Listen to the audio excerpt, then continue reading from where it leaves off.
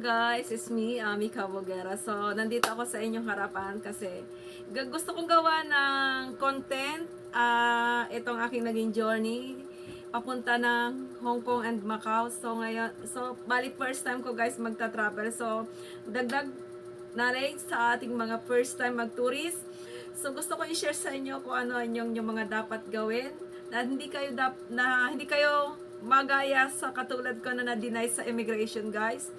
So, gusto kong i-share sa inyo yung naging problem kung bakit ako na-deny, kung bakit ako na-deny sa immigration. Gusto kong i-share sa inyo kung bakit. So, ngayon, at ano ang inyong mga pwedeng gawin at ano ang inyong pwedeng dalhin. So, napaka-easy lang naman, but yun pa, isang-isa na lang guys, makakalusot na ako. Ang tagal kong pinaghandaan ito guys, pero bumagsak ako guys sa immigration guys dahil lang dito.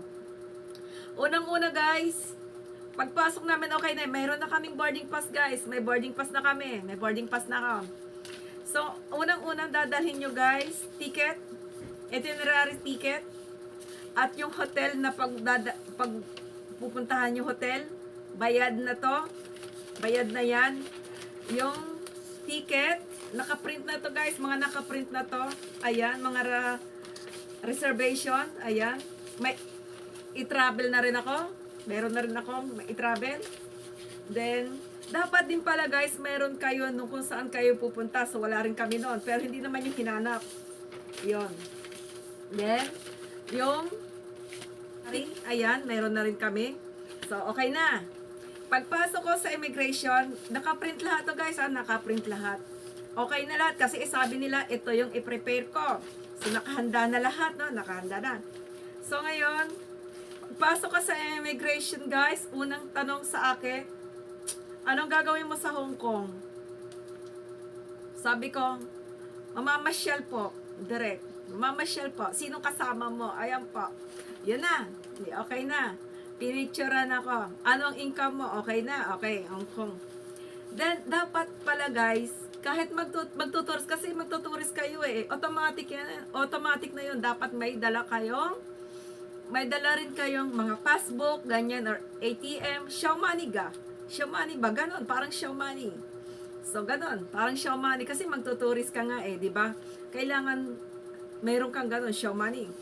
Dapat may dala rin kayong passbook. O, ayan. Tinanong ako, anong work ko? Sabi ko, nagbablog ako, may tindahan ako. Okay, pasado. Pasado. Ngayon, nasaan ang resibo ng ticket? Doon na po ako nagkaloko-loko. Doon po. Kasi wala po ako maipakitang ticket. Di ba nakakasad? Ma'am, hindi po pwedeng wala kayong dalang resibo ng ticket. Oh. Para bang yung pakiramdam ko na lumo ako. Yan. Ala pa, paano po yan? Sabi kong ganon. Sabay contact. Sa bumili ng ticket. Hindi ko siya makontak. May kinontak ko isa si admin. Hindi ko rin makontak kasi nawalan pala sila ng internet. So ngayon, kailangan ma'am ng resibo ng ticket at saan binili ang ticket. Kailangan po yun. Income. So ayun. Okay na. Kano-ano mo yung sponsor? Nag-sponsor sa iyo. Saan siya nakatira? Walang pagkakakilanlan sa nag-sponsor sa amin. Yun po ang tanong. Walang pagkakakilanlan sa bumili ng ticket. Kano-ano. Ang dami niyang tanong about doon sa bumili ng ticket. Ayun na. Kano-ano po ba yan? May kontak ka ba? Ayan, may kontak ka ba? Yun. So, ayan. Ang laking question, guys, sa ticket. Ma'am, hindi po pwedeng wala kayong resibo ng ticket. Diyos ko na, parang nalumo ba ako? Nalumo. Pinapunta kami doon sa isang pwesto. May pinalapin kami doon. Nag-fill up another interview. Nalumo ako. Super nalumo.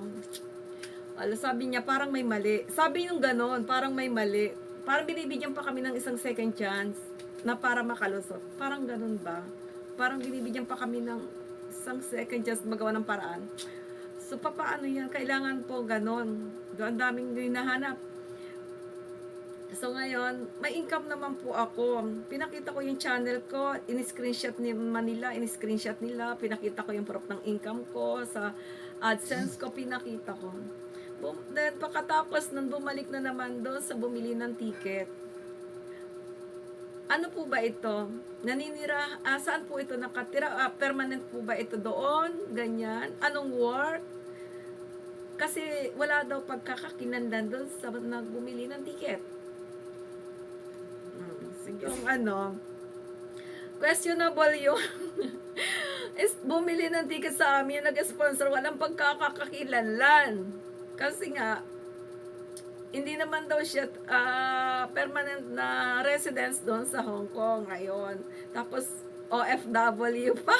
Ang hirap guys magsinungaling kasi pag sinabi na ako yung bumili ng ticket, hahanapan din nila ako ng proof. Hahanapan din nila ako ng proof. So, wala akong makipakita. Kaya magsabi na rin nila kayo guys ng totoo. So, ngayon, binigyan kami ng ganito, Ayan. Bigyan kami nito. So, pirma natin anong trabaho ng, basta, mga trabaho ng nag-sponsor, yan, sa nakatira, address, complete address, mga ganyan. So, wala naman kaming maibigay. Wala kaming maibigay. Hindi namin alam kung saan nakatira si Ma'am Jenny. Si Ma'am Jenny, hindi namin alam. Ayun. Saan niya binili yung ticket? Asan yung resibo ng ticket? Ayan, gusto ko lang yun. I-share sa inyo yung naging journey ko papunta ng Hong Kong at kung bakit ako na-deny sa immigration, guys. So, sana soon, next travel natin is, I hope na maging okay na. So, dapat yun, complete talaga. 100% dapat kayo na mismo bumili ng ticket sa agency para i-guide nila kayo kung ano yung mga dapat gawin at ano ang dapat dalhin. Then, guys, sabihin nyo na rin, importante guys, magdala kayo ng pera. Pag tinanong kayo kung magkano ang pera nyo, huwag po kayong matakot. Hindi naman po kayo utangan ng immigration. Pero alam ko na yun kasi may nagsabi na sa akin yun, dapat daw ganun siya money nga. So, sabihin nyo guys, kung magpera, sabihin nyo, may dala kayong 30K, 40K. Huwag kayong mag-alala, matakot sabihin kung magkano dala niyang pera kasi hindi mo kayo utangan ng mga yun. Yun lang guys, yun lang yan.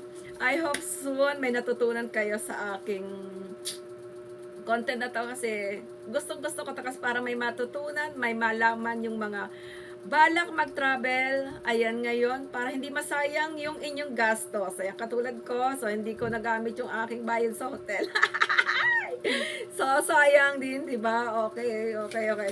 So, ngayon yun lang, experience, lesson learned, ayun na, napakasimple lang, pero yun lang wala tayong magagawa. That's it. So, tingnan natin paano mga kaganapan namin dito sa terminal. Let's go!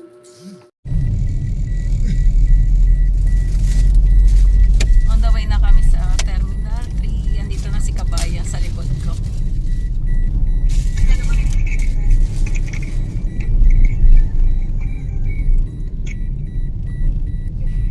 Ang busog ko, Kabayan. Hindi ko naman naubos ang rice.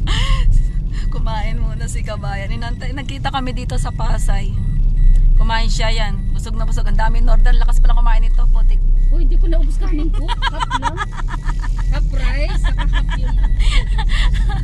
Pero hindi siya tumatawa. Hindi siya matawa. Ako kaunti kain lang tumataba ako. Makausap ko makikinig. Maring admin, maring amori, nandito na kami. Kumain na yung bata.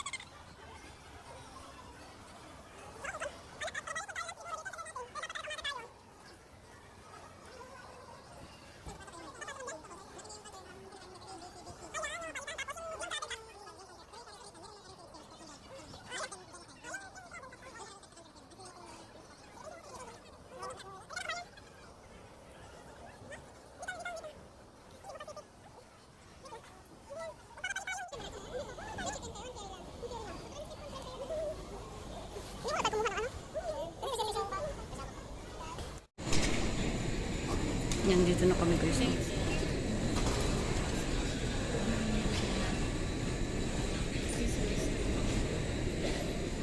Hila kami dito.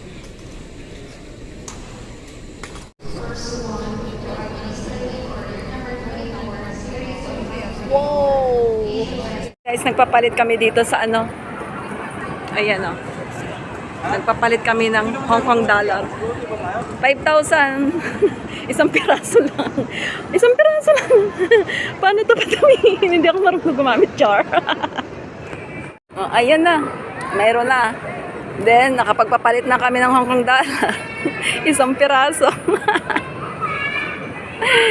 See you, Hong Kong!